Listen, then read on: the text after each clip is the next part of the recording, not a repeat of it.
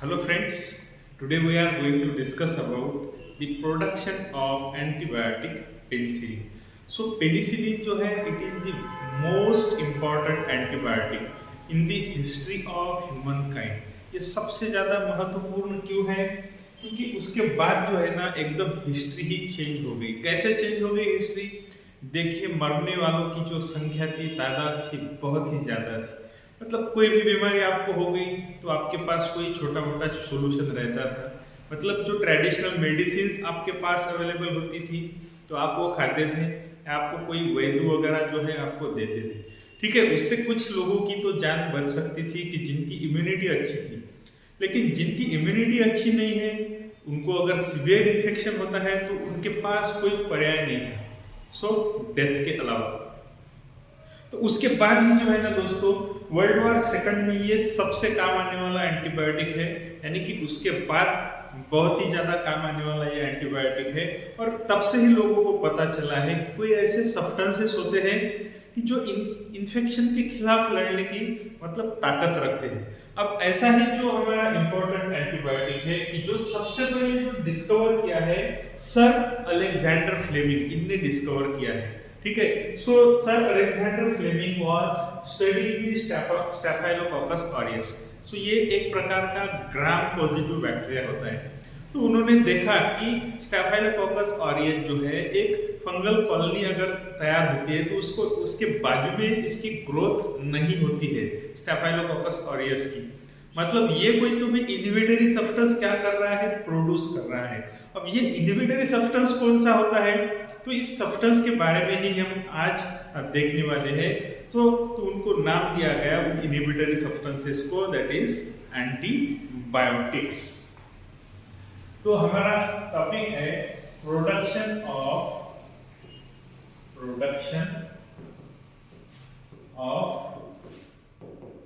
Antibiotic. अब हमारा antibiotic जो है so that is penicillin. So penicillin के बारे में हम आज देखने वाले हैं। ओके, पेनिसिलिन की जो सबसे पहले डिस्कवर करने वाला एंटीबायोटिक है, यानी कि जो पहले डिस्कवर किया गया एंटीबायोटिक है। So what are antibiotics? Antibiotic दूसरा तीसरा कुछ नहीं है। सो एंटीबायोटिक्स क्या होते हैं? तो ये हमने अभी देखा कि एक लिविंग ऑर्गेनिज्म इसको प्रोड्यूस कर रहा है। So these are the substances, so these are the substances which are produced by, कौन तैयार करता है? एक लिविंग ऑर्गेनिज्म तैयार करता है, produced by one living organism. ठीक है, एक लिविंग ऑर्गेनिज्म तैयार करता है and kills other living organisms की, जो दूसरे लिविंग ऑर्गेनिजम्स को किल करने का काम करता है लिविंग ऑर्गेनिजम्स। अब यहाँ पे अगर हम एग्जांपल लेते हैं तो यहाँ पे हम एग्जांपल लेते हैं, यहाँ पे एंटीबायोटिक कौन सा है? एग्जांपल है हमारा पेनिसिलिन।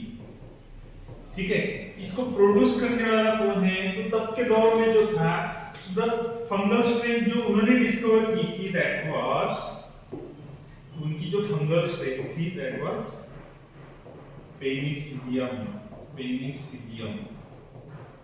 ओके, ठीक है, पेनिसिलियम नोटाटम,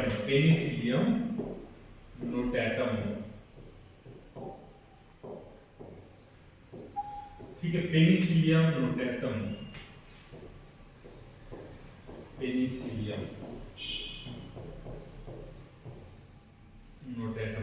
ठीक है, तो ये ऑर्गेनिज्म है जो किसके अगेंस्ट काम करता है? तो ये किसको मारने का काम करता है?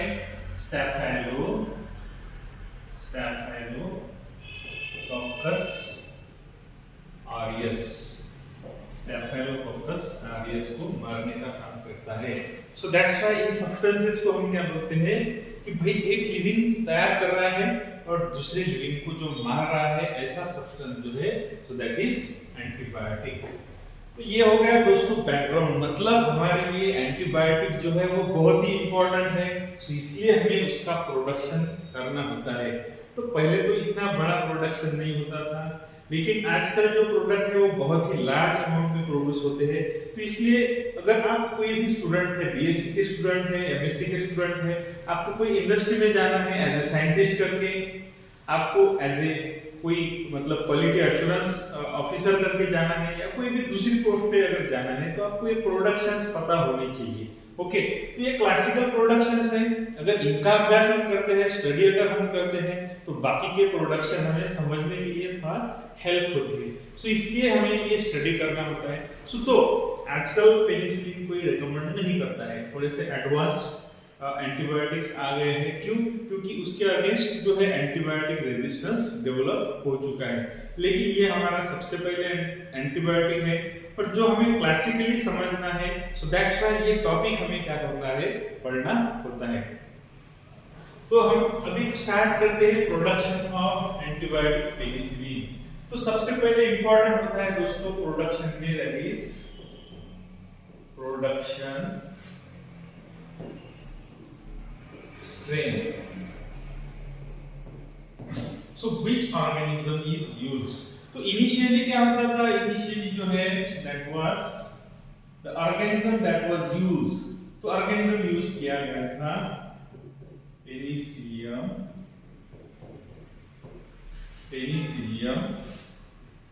नोटाटम।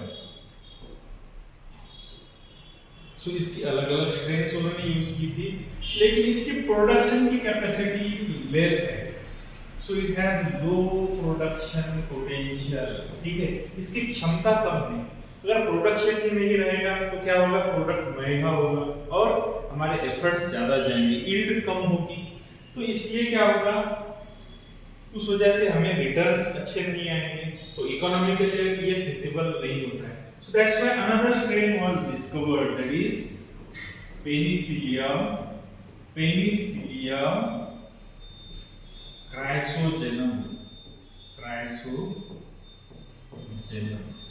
Okay, so friends, इसकी क्या होती है, अलग अलग जो वैरायटीज होती है, इसकी अलग अलग वैरायटीज, या आप इसको स्ट्रेन्स भी बोलते हैं। तो ये स्ट्रेन्स डेवलप की गई। अब स्ट्रेन कैसे डेवलप करते हैं, by using various mutagenic agents. अब म्यूटाजेनिक एजेंट कौन सी यूज कर सकते हैं आप, जैसे कि आप एक्सरे यूज कर सकते हैं, या फिर आप you can use UV rays. आपको पता होगा दे कॉज म्यूटेशन। अगर म्यूटेशन होता है तो उससे क्या बन सकती है, एक आधी अच्छी स्ट्रेन बन सकती है जिसका पोटेंशियल कैसा है। सो इसका पोटेंशियल होगा पोटेंशियल ऑफ हाई हीट, मतलब इससे आपको क्या होगा, ज्यादा फायदा होगा।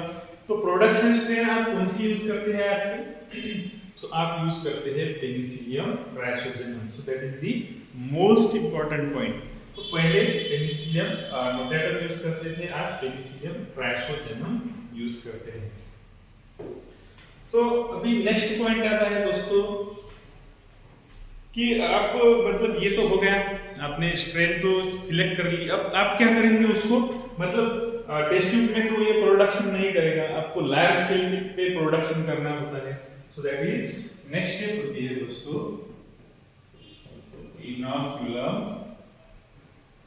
इनोकुलम प्रिपरेशन, या फिर आप इनोकुलम प्रोडक्शन बोल सकते हैं। तो इनोकुलम क्या होता है friends? What is inoculum? So inoculum is nothing but कि जिसमें क्या करते हैं आप, ऑर्गेनिज्म जो आपके पास स्मॉल अमाउंट में प्रेजेंट होता है, सो ऑर्गेनिज्म, ठीक है, so organism is present as a pure culture. ठीक है, आपके पास क्या है, प्योर कल्चर है ऑर्गेनिज्म का, जो आप क्या करते हैं, मेंटेन करते हैं, इसको मेंटेन करते हैं आप, मेंटेन इन लेबोरेटरी। ठीक है, लैब किस चीज पे मेंटेन करते हैं, या तो कोई अगार, जैसे कि पोटैटो डेक्सट्रोज अगार भी आप यूज कर सकते हैं, या फिर आप इसके सॉइल में भी आप इसको क्या कर सकते हैं, सॉइल सस्पेंशन, सॉरी सॉइल में भी आप इसको स्टेरलाइज सॉइल में क्या करते हैं, जनरली आप प्रिजर्व कर सकते हैं। या फिर मिनरल ऑयल ओवर लेइंग, कोई भी एक मेथड आप यूज कर सकते हैं। और इसके ऊपर आपकी जो प्रोडक्शन स्ट्रेन है उस स्ट्रेन को आप क्या करेंगे, मेंटेन करने की कोशिश करेंगे। अब उसका फायदा क्या होगा, मतलब आपने एक आधी स्ट्रेन बुला ली, इंडस्ट्री ने एक आधी स्ट्रेन डेवलप की, तो उसको क्या करना पड़ेगा, उनको बस प्योर करके रख देना है। अगर नेक्स्ट टाइम वो यूज करते समय कोई दूसरा कल्चर अगर कंटामिनेट होता है तो they can go for pure culture. Okay, pure culture पे जाएंगे वो, जो क्या कर सकते हैं वो मेंटेन करते हैं, मतलब क्या, इसको बार बार सब कल्चरिंग, ठीक है, बार बार इसका सब कल्चरिंग करते जाएंगे, ठीक है। तो अभी इनोकुलम कैसे बनता है friends, how inoculum is form, देखते हैं how to inoculum is produce. Inoculum देखिए, तो आपके पास है पेनिसिलियम का कल्चर है, सो ये पेनिसिलियम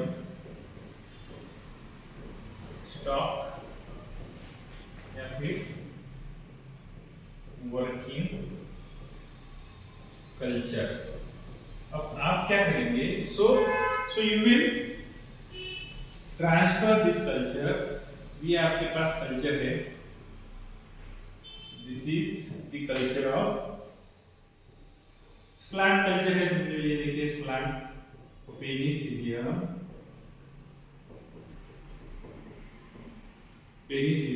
ट्राइसोजेनम, क्योंकि ये अपनी स्ट्रेन है ना, तो इसको इसका ही इस्तेमाल करके आपको क्या करना है, प्रोडक्शन। अब इनोकुलम देखिए कैसे डेवलप करेंगे आप, so now you will transfer loopful, एक लूप क्या करेंगे आप, ट्रांसफर कर देंगे। किस चीज में ट्रांसफर करेंगे, आपके पास होगा कोनिकल फ्लास्क, जिसको अर्लनमेयर फ्लास्क भी बोलते हैं। ओके, अब इसकी कैपेसिटी कितनी होगी, 500 ml का फ्लास्क होगा। Okay, flask. अब इसमें मीडियम कितना डालेंगे आप, so you will add 100 ml medium, ठीक है, आपने 100 ml मीडियम डाल दिया। अब इसकी स्टेरलाइज रहेगा medium, so medium should be sterilised. Autoclaving से करेंगे या और किस चीज से करेंगे, स्टेरलाइज होगा मीडियम, ठीक है।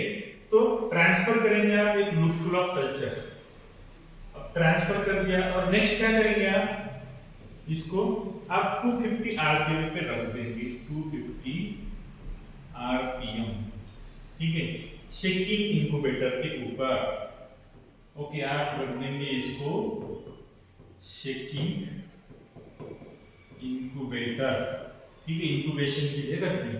अब टेम्परेचर कितना होना चाहिए यहाँ पे, 25 डिग्री सेंटीग्रेड, ठीक है, प्लस माइनस 0.25 डिग्री सेंटीग्रेड।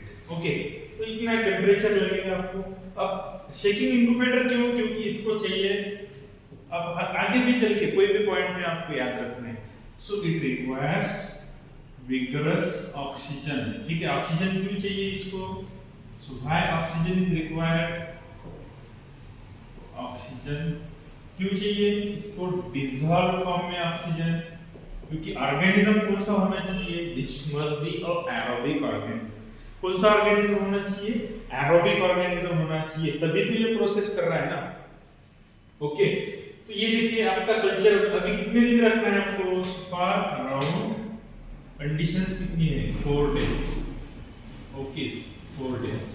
तो देखिए आपका सस्पेंशन जो है अभी ग्रो हो रहा है, एक स्ट्रीक जो थी आपकी, एक स्ट्रीक जो है अभी क्या हो रही है, 100 ml में कन्वर्ट हो रहा है ये कल्चर। तो इसको क्या करते हैं अपन, इनोकुलम बिल्डअप भी बोलते हैं, ओके, और इसको इनोकुलम प्रोडक्शन भी बोलते हैं।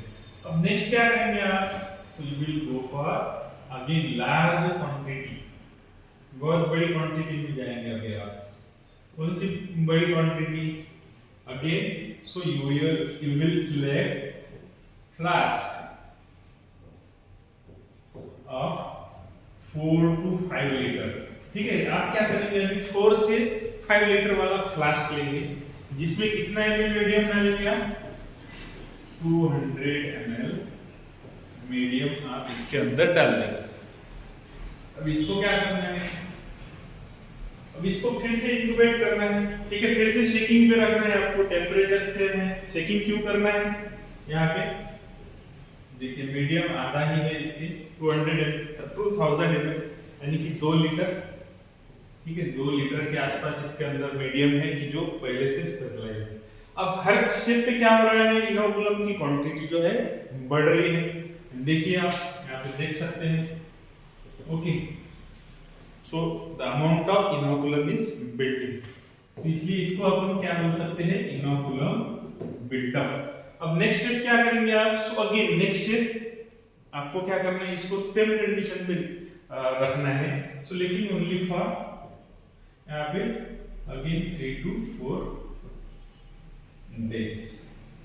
अब नेक्स्ट स्टेप क्या होगी, आप इसको अभी लार्ज बड़े स्टेनलेस स्टील टैंक में ट्रांसफर कर देंगे। So you will transfer this in stainless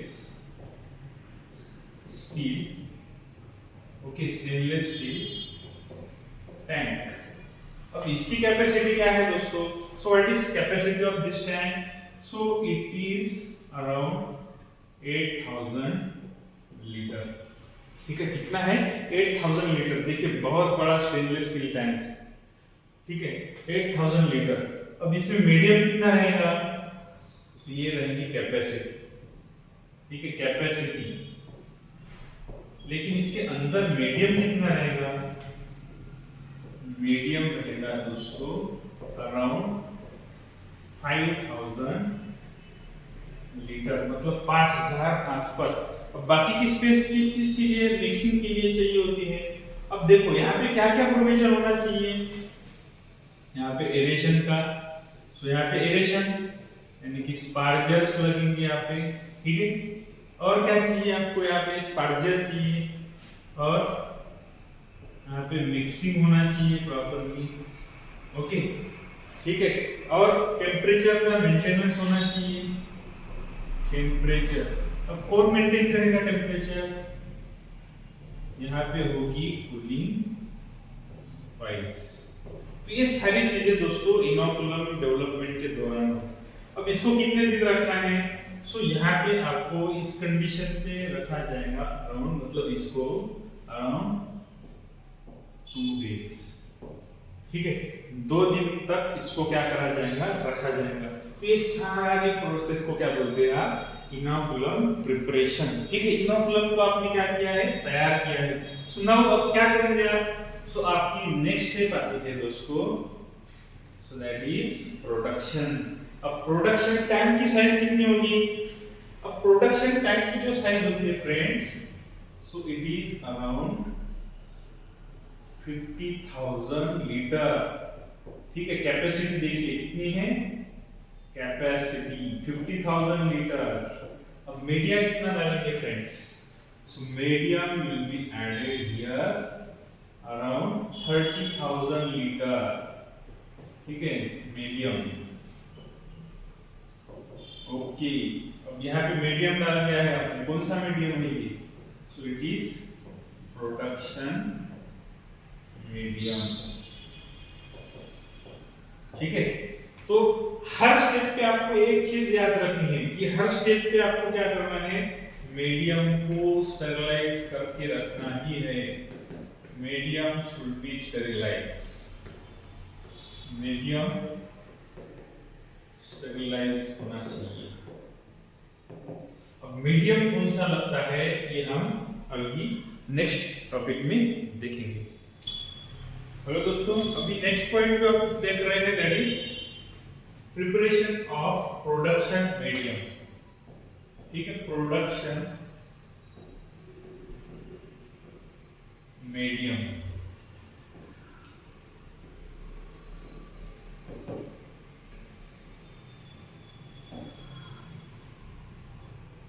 कौन सा प्रोडक्शन मीडियम हमें यूज करना चाहिए। तो क्या होता है प्रोडक्शन मीडियम, मतलब कि जिस मीडियम में हमें क्या करना होता है, प्रोडक्शन करना होता है। मीडियम यानी कि ये तो क्या हो गया, एक न्यूट्रिएंट का सॉल्यूशन हो गया, जिसमें क्या होगा, so there is presence of all nutrients. Okay, तो सारे के सारे जो न्यूट्रिएंट लगते हैं ग्रोथ के लिए, वो सारे के सारे न्यूट्रिएंट यहाँ पे होने चाहिए। तो उस मीडियम को हम क्या बोलते हैं दोस्तों, so this medium is called as production medium. अभी प्रोडक्शन मीडियम मतलब अभी ग्रोथ होने के लिए क्या क्या चाहिए होता है किसी भी ऑर्गेनिज्म को ग्रोथ होने के लिए, so what are the requirements, तो कुछ मिनरल्स चाहिए होते हैं, एनर्जी का सोर्स चाहिए होता है, कार्बन का सोर्स चाहिए होता है, और बाकी के न्यूट्रिएंट्स यहाँ पे लगते हैं। तो स्टेप बाय स्टेप हम देखेंगे कि कौन से nutrients for production of penicillin हमें लगते हैं। Okay, so production medium for production of penicillin. So penicillin के प्रोडक्शन के लिए मीडियम लगता है। अब पहला लगेगा हमें कार्बन का सोर्स। अब कार्बन की सोर्स बोलते बराबर आपके दिमाग में आ गया क्या होना चाहिए कार्बन का source, that should be carbohydrate. अब कौन सा कार्बोहाइड्रेट आप प्रेफर करेंगे, तो यहाँ पे जो प्रेफर्ड जनरली हम क्या बोलते हैं सुक्रोज। ओके, लेकिन सुक्रोज यहाँ पे प्रेफर्ड कार्बन नहीं है या कार्बन का सोर्स नहीं है। सो प्रेफर्ड कार्बन का सोर्स जो है यहाँ पे इट इज लैक्टोज। ठीक है, लैक्टोज जो होता है so it is a disaccharide.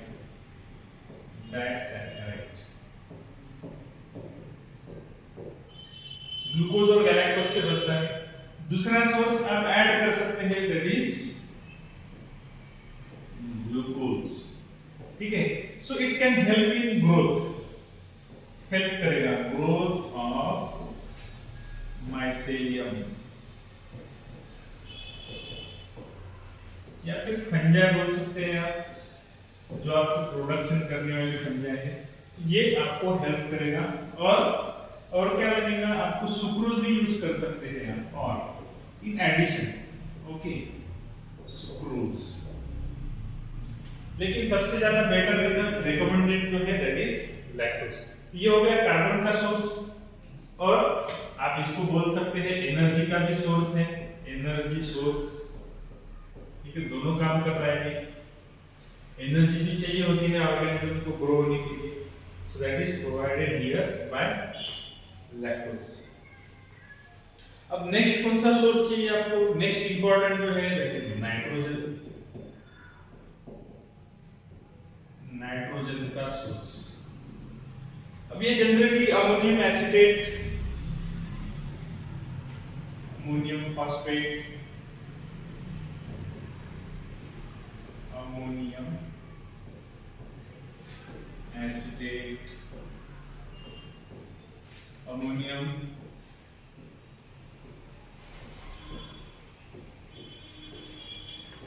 Lactate. ठीक है, यानी कि इन शॉर्ट अमोनियम सल्फेट भी बोल सकते हैं आप, अमोनियम सल्फेट। ओके, ये जनरली यूज करते हैं। और कभी कभी nitrogen, it is generally sparger in the form of ammonia. ठीक है, अमोनिया के फॉर्म में भी कभी कभी डायरेक्टली रिलीज किया जाता है। ठीक है, नाइट्रोजन का सोर्स। अब नाइट्रोजन किस चीज के लिए चाहिए होता है, for amino acids. Amino acid का सिंथेसिस है, प्रोटीन का सिंथेसिस है, प्रोटीन सिंथेसिस के लिए न्यूक्लिक एसिड। ठीक है, बहुत सारे रिक्वायरमेंट होते हैं, इसलिए क्या होता है ऑर्गेनिज्म को नाइट्रोजन का सोर्स चाहिए होता है। और क्या लगता है, there is requirement of minerals and other elements,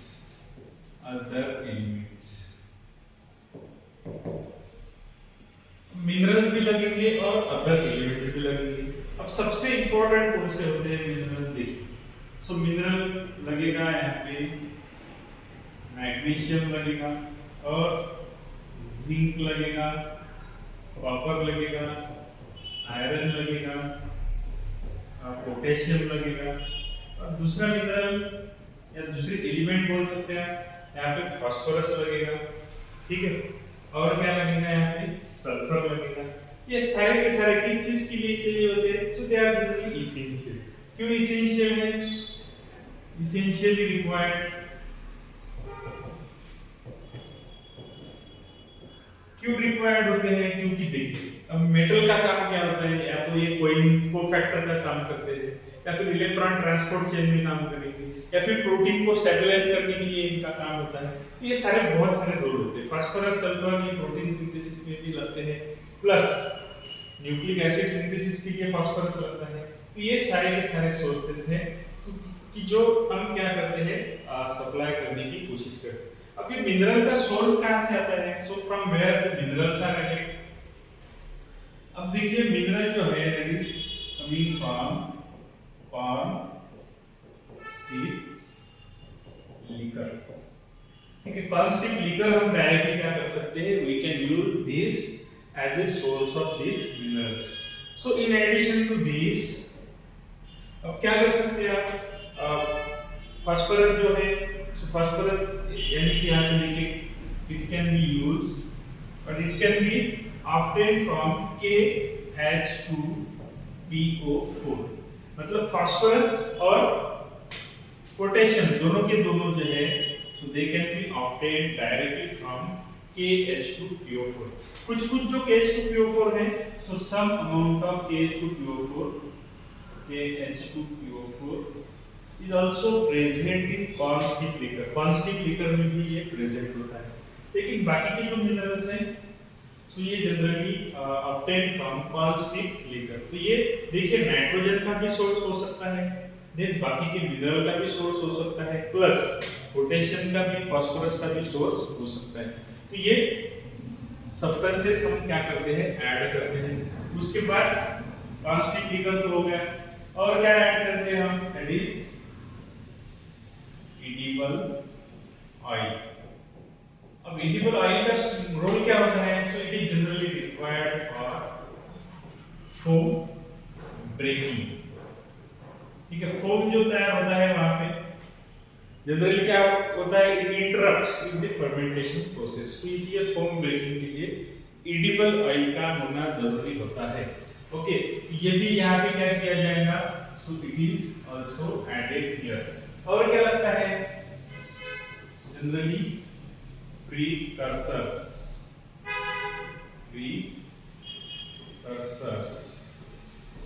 of penicillin. मतलब पेनिसिलिन को अगर प्रोड्यूस करना है तो यहाँ पे कुछ प्रीकर्सर्स भी चाहिए होते हैं।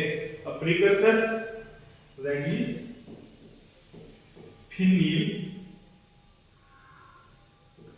Phenyl acetic acid. अब ये फिनाइल एसिटिक एसिड जो है precursor, it is toxic in large amount, toxic in large amount. ठीक है, इसलिए इसको क्या करेंगे, तो it is added at slow rate. ठीक है, बहुत ही कम, मतलब धीरे धीरे यहाँ पे ऐड किया जाता है। क्यों, क्योंकि ये लार्ज अमाउंट में अगर प्रेजेंट है तो ये क्या करेगा, so it will cause harm to organism.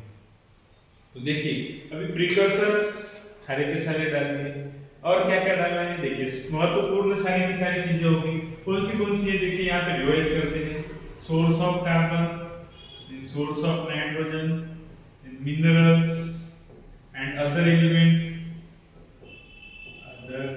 जैसे कि फास्फोरस और sulphur in precursors. Okay, then precursor के बाद एडिबल ऑयल, ठीक है, ये सारी की सारी चीजें यहाँ पे ऐड करेंगे। अब इनके साथ साथ हमें क्या होता है, बफर भी देखना होता है। बफर, सो बफर यहाँ पे जनरली कौन कौन लगेगा, अभी यहाँ पे K2H3O4 तो है, या KH2PO4 ऑलरेडी है। और क्या कर सकते हैं आप दूसरे भी सब्सटेंसेस ऐड कर सकते हैं, जैसे कि कैल्शियम कार्बोनेट। ठीक है। तो एक्सेट्रा, ये बफर का काम यहाँ पे करेंगे। What is the role of buffer? Buffer क्या करेगा, यहाँ पे पीएच चेंज नहीं होने देगा। It is required for resisting the change in pH of medium. Medium का पीएच ये बदलने नहीं देगा। दैट इज द रोल ऑफ बफर। ये सारे पॉइंट जो है friends, these are about the production medium. तो बाकी के पॉइंट जो है हम नेक्स्ट पॉइंट में देखते हैं। दैट इज अब प्रोडक्शन की प्रोसेस कैसे होती है और रिकवरी कैसे होती है। तो हम फर्मेंटेशन मीडियम के बारे में बात कर रहे थे। तो टिपिकल अगर कंपोजिशन देखें तो टिपिकल कंपोजिशन ऑफ मीडियम, यानी कि फर्मेंटेशन का जो मीडियम होता है उसकी टिपिकल कंपोजिशन थी जो जैक्सन ने सजेस्ट की है। So typically it consist of lactose रहेगा, ओके, सब्सटेंस या फिर इंग्रेडिएंट, कंसंट्रेशन जो परसेंट में रहेगा। तो पहला इंग्रेडिएंट हमारा होगा that is lactose. So it is around present at 3.5% concentration. उसके बाद ग्लूकोज लगेगा 1% के आसपास, ओके। उसके बाद लगेगा कॉर्न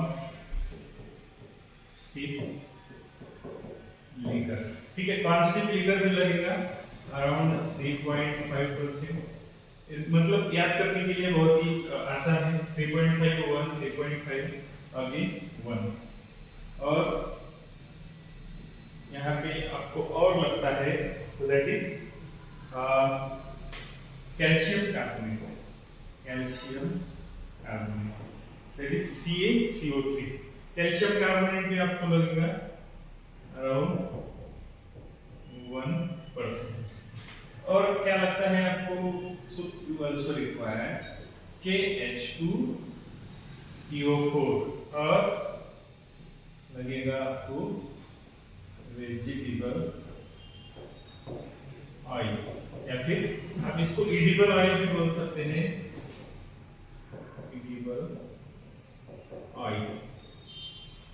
KH2PO4 लगेगा आपको अराउंड 0.4% के आसपास, और वेजिटेबल ऑयल लगेगा आपको अराउंड 0.25% के आसपास, ठीक है। और क्या लगेंगे आपको? प्रीकर्सर्स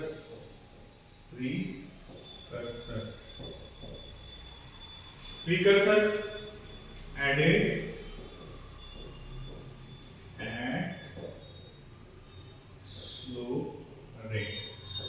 क्योंकि हमने पहले ही बोला है प्रीकर्सर में क्या होगा, फिनाइल एसिटिक एसिड होगा, कि जो क्या होता है, सो इट इज हार्मफुल। तो आपको ये पॉइंट जो है पूरे राइट डाउन करने। सो भाई वाचिंग दी वीडियो जब वॉच करेंगे तो ये पूरा का पूरा पॉइंट्स आपको क्लियर होने चाहिए। आपने नोट डाउन करेंगे तो वो ज्यादा ही क्लियर होंगे। उसके बाद होगी हमारी फर्मेंटेशन की process. Fermentation process, actual process, ठीक है। अब फर्मेंटेशन जो होगा वो प्रोसेस जो होगी, अभी क्या क्या जरूरी होता है उसके लिए। So what are the important parameters? अब कोई भी प्रोसेस अगर होती है तो इट रिक्वायर्स प्रॉपर टेम्परेचर। अब टेम्परेचर कितना होना चाहिए हमें पता है, पहले ही आपने देखा था वो। So that is should be around, temperature जो होता है it is around 25 degree centigrade, ठीक है। टेम्परेचर का बहुत ही इंपॉर्टेंट रोल होता है, मोस्ट इंपॉर्टेंट फैक्टर, क्योंकि ज्यादा अगर टेम्परेचर हो गया तो that will not allow the growth of mycelium. Temperature का इंपॉर्टेंस क्यों होता है? क्योंकि ये किस चीज के लिए चाहिए होता है? एंजाइम्स के लिए चाहिए होता है ऑप्टिमम टेम्परेचर, आपको पता ही है, ओके। तो उसके बाद क्या चाहिए होता है? इसको एरेशन, या फिर उसके बाद आप लिख सकते हैं पीएच। ठीक है, पीएच देख लेते हैं पहले। सो पीएच, व्हाट इज पीएच? ये तो पीएच किस चीज के लिए चाहिए होता है? For maintaining the H+ ion concentration. PH मतलब दूसरा तीसरा कुछ नहीं है। And pH is maintained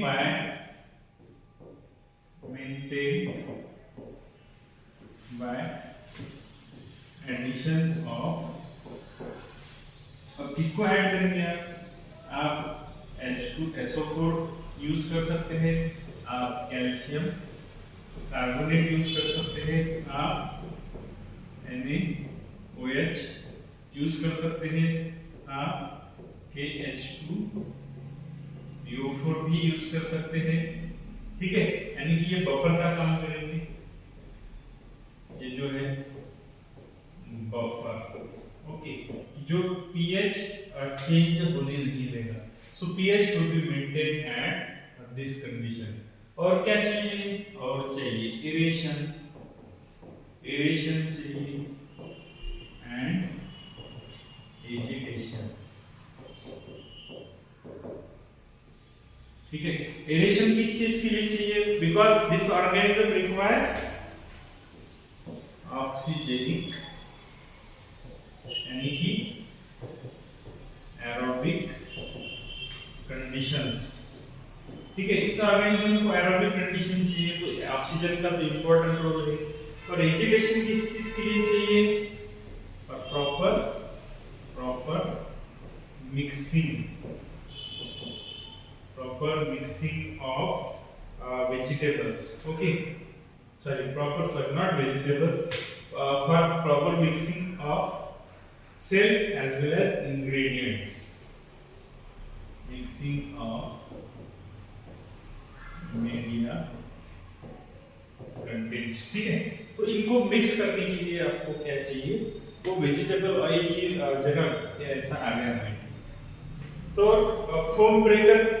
foam अगर ब्रेक करना है आपको,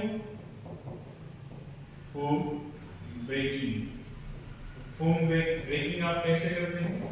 बाय यूजिंग एडिबल और वेजिटेबल ऑयल।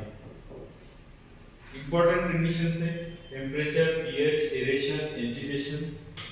टाइम कितना चाहिए? तो टाइम जो होता है, so it is required around 5 to 6 days। ठीक है, मतलब एरोबिक कंडीशन चाहिए, टेम्परेचर 25 के आसपास चाहिए। आप क्या कर सकते हैं? कूलिंग कॉइल वगैरह यूज कर सकते हैं। मिक्सिंग के लिए स्पार्जर और एजिटेटर भी यूज कर सकते हैं आप। ठीक है, तो ये दो चीजें करते हैं। और क्या करेंगे आप? प्रीकर्सर्स की एडिशन करके जानेंगे आपको। प्रीकर्सर्स, ठीक है। रेट जो होता है स्लो होना चाहिए। क्यों स्लो रेट चाहिए? क्योंकि हमें पता है इट इज टॉक्सिक होता है। प्रीकर्सर कौन सा है अपना? Phenyl acetic acid. तो ये इंपॉर्टेंट प्रोसीजर होती है friends during the production of penicillin. अभी इसकी रिकवरी कैसे करेंगे आप? So how to recover? ठीक है, रिकवरी कैसे करेंगे आप? प्रोडक्शन तो हो गया, रिकवरी, या फिर इसको आप बोल सकते हैं purification. How to purify? Purification कैसे करेंगे आप? How to purify this penicillin? तो दो स्टेप में आप कर सकते हैं। पहली stage that is separation of mycelium. ठीक है, अब सेपरेशन ऑफ माइसेलियम मतलब माइसेलिया को आप क्या करेंगे? सेपरेट करेंगे। अब this will be done by using filtration. ठीक है, फिल्ट्रेशन आप यूज कर सकते हैं या फिर सेंट्रीफ्यूगेशन। अगर आप फिल्ट्रेशन करते हैं तो फिल्ट्रेशन की अगर बात करते हैं तो filtration it is generally done by rotary filters. Okay, rotating filters कि जो अंदर से क्या करते हैं, वैक्यूम अप्लाई करते हैं और रोटेट करते जाते हैं। ठीक है, वो तो डाउनस्ट्रीम प्रोसेसिंग में आप कंप्लीटली डिटेल्स उसके स्टडी करेंगे। तो ये पहली स्टेप होगी। अब बाद में क्या होता है, सो सेकंड स्टेज में क्या करेंगे आप, अब आपके पास बचता है फिल्ट्रेट। अब इस फिल्ट्रेट को आपको क्या करना है, इस फिल्ट्रेट में से आपको पेनिसिलिन को बाहर निकालना है। ठीक है, सो इस प्रोसेस को आप क्या बोलेंगे, क्रिस्टलाइजेशन।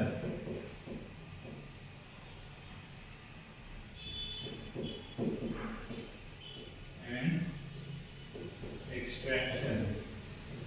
ठीक है, एक्सट्रैक्शन या क्रिस्टलाइजेशन ऐसा भी बोल सकते हैं। सिंपली इसको आप क्या करेंगे और प्यूरिफाई करेंगे। ठीक है, कंप्लीट प्यूरिफिकेशन की ये प्रोसेस होती है। तो यहाँ पे क्या करना है सिंपली आपको, अब आपके पास क्या है, so you have aqueous filtrate. अब इस फिल्ट्रेट को क्या करेंगे आप, मिक्स करेंगे। ठीक है, एक्सट्रैक्टर में भेज देंगे आप। एक्सट्रैक्टर होते हैं आपके पास, सो उस एक्सट्रैक्टर में भेजने के बाद क्या होगा, वहां पे सॉल्वेंट होगी, सॉल्वेंट। ठीक है, अब सॉल्वेंट कौन सा होगा, जैसे कि अमाइल एसिटेट, अमाइल एसिटेट या फिर बेंजील एसिटेट, इसमें डाल देंगे आप। फिर से क्या कर लेंगे इसको फिर से एक्वियस फॉस्फेट बफर में भेज देना है। अब इससे क्या होगा, ये प्यूरिफाई होगा। प्यूरिफाई मतलब जो अभी इसमें डिसॉल्व होने वाले सॉल्वेंट में सब्सटेंसेस है वो निकल जाएंगे वहां पे, और अपना जो पेनिसिलिन है एक्वियस फॉस्फेट बफर में आ जाएगा।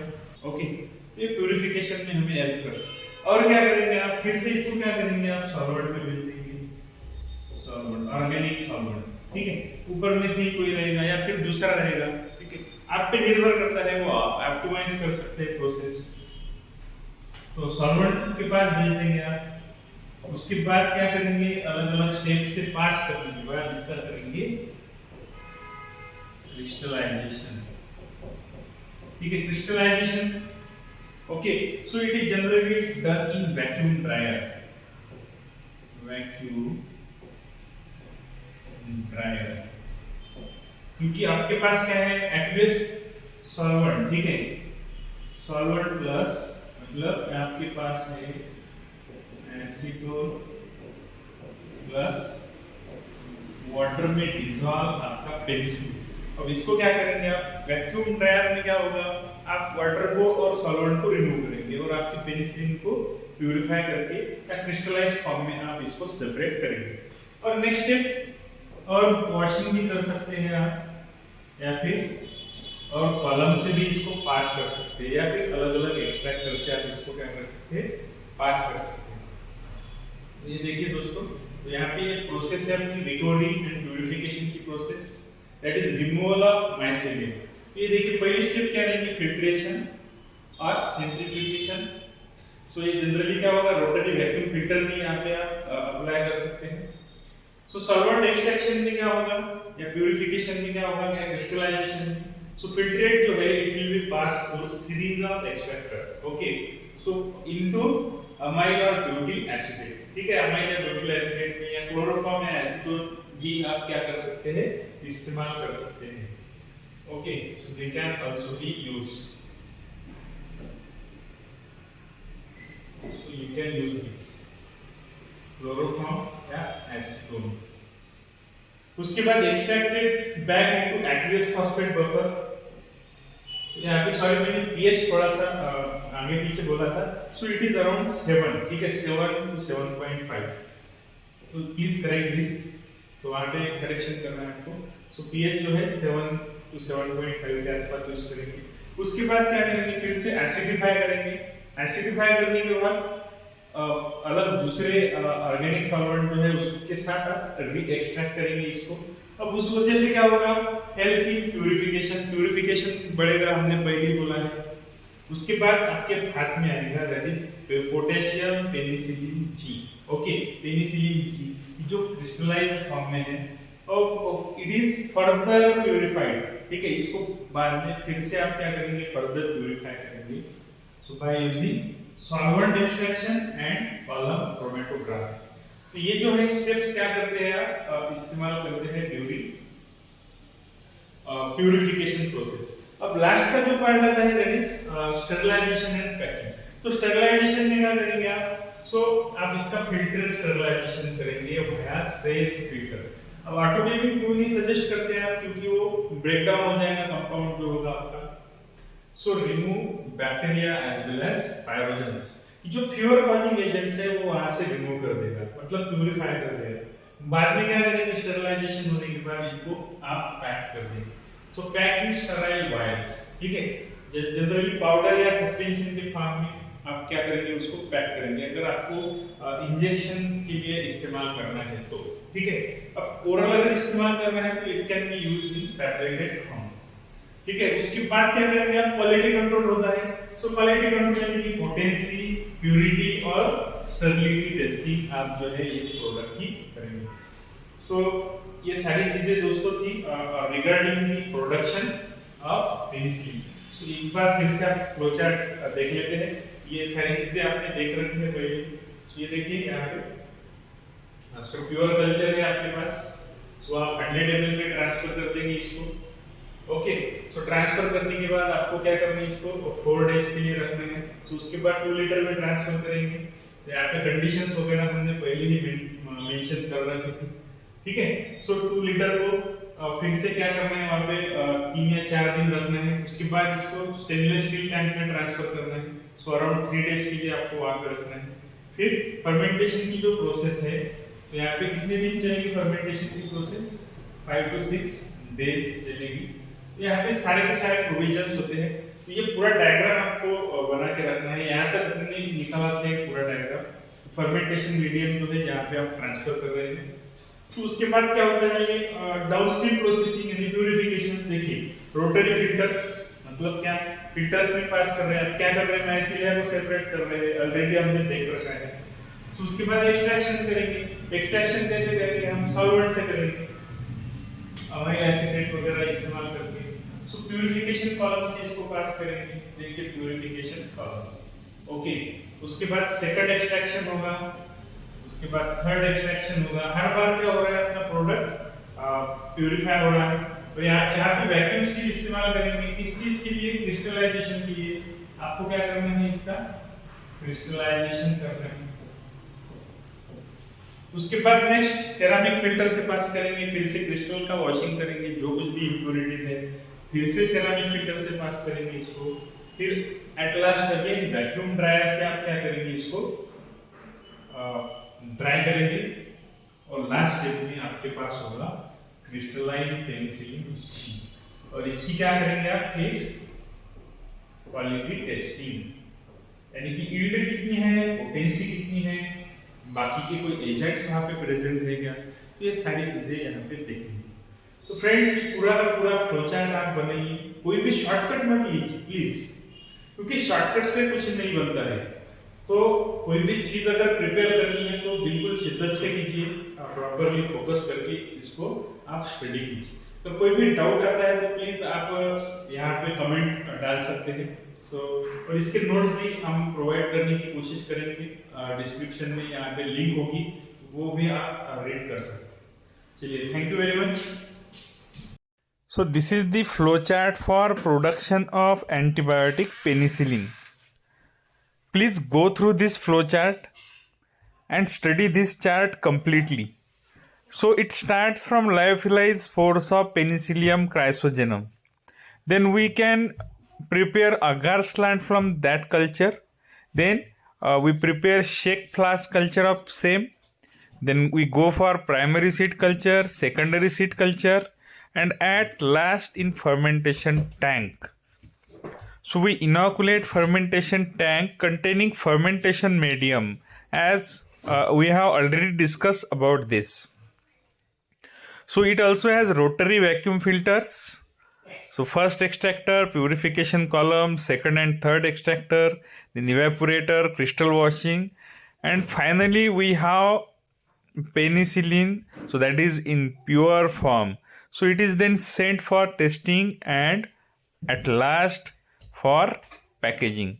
So do go through all these contents and try to practice this flowchart. Thank you.